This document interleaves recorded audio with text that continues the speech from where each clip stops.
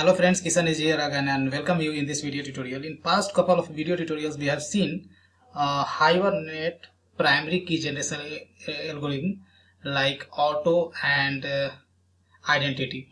In this video tutorial we are going to look how primary key generation algorithm like sequence works in Hibernate. Right? The generation type dot sequence also, that is a way to generate primary key values and uses database sequence to generate the unique values. It requires additional select statements to get the next value from a database sequence. But this has no performance impact for most applications. And if your application has to persist a huge number of new entities, you can use some Hibernate specific optimization to reduce the number of statements, right? So here I am talking about the batch operation, right? So now here you can see how I have defined this primary key generation algorithm before the primary key by using add generated value.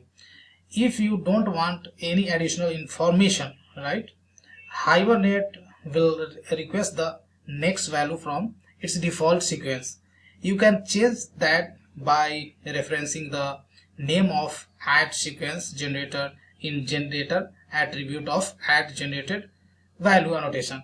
The sequence generator annotations lets you define the name of the generator, the name and the schema of the database sequence, and a location size of the sequence. So already we have seen how we had defined a sequence generator table in primary key generation algorithm like auto. So that is very similar to that. So let's try to understand this is also through an example, right? So here is the Eclipse and let's see how this works. So here I'm going to select a primary key generation algorithm as sequence, right? And as we know that this primary key generation algorithm basically uses sequence, right, to generate a primary key. So that's what we have to define a sequence generator, right, as we discussed in the slide. Now here this guy is forcing us to supply some mandatory attribute, right? So here as we discussed in the slide, you can specify the generator over here, and generator name you can give anything like emp id generator. I'm going to specify, and this name, same name, we will have to refer over here, right? And sequence generator has some options, some values like what is your initial size. So initial size I want sequence to start from 1, and allocation size also I'm going to specify as 1. If you specify 10, then this will always add the value of 10, and that you will get the next primary key generation algorithm. So I'm going to keep as it is 1. Now sequence name you can specify as well.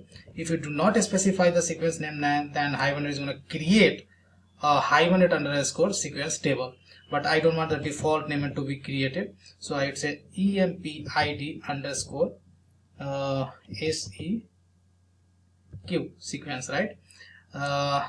Guys, one thing you will have to keep in mind, even though if you do not specify the generator and you do not define this, still Hibernate is going to create a sequence, but that will create a table name like Hibernate underscore sequences.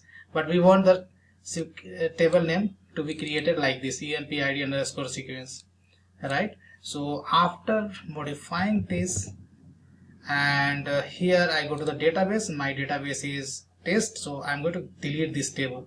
So I would like to create all DDL from scratch, so nothing is in my database, right? And here you can see in configuration file I'm using database like test, database name is test. So here, and I have given the value as update. So now let's go here and let's try to run this client program, which is basically trying to create one employee in the database, right? And let's see how it works. Now you can see Hibernate has created a table is called emp id underscore sequence, and column name has given as next val, right, which is big int. If you compare with the Java, that is a long.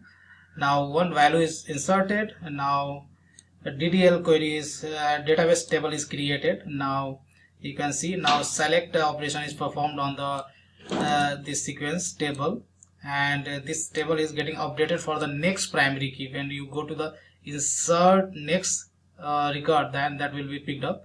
So initially that was one was inserted, that is picked up to insert a one record. And for if you go to the database, then you can see one record is inserted, right? And if you look into the next val, that would be 2, right? If you go and run this program again, if you insert one more record, at this time you can see one more record will be inserted into this table and with primary key 2. But if you go to the next val to see value for the next val in this table, then that would be 3. And when you perform the next insertion in this table, then this value will be picked up and that will increment by 1, and that will be used for the next insertion. So that's the way basically this sequence primary key generation works like.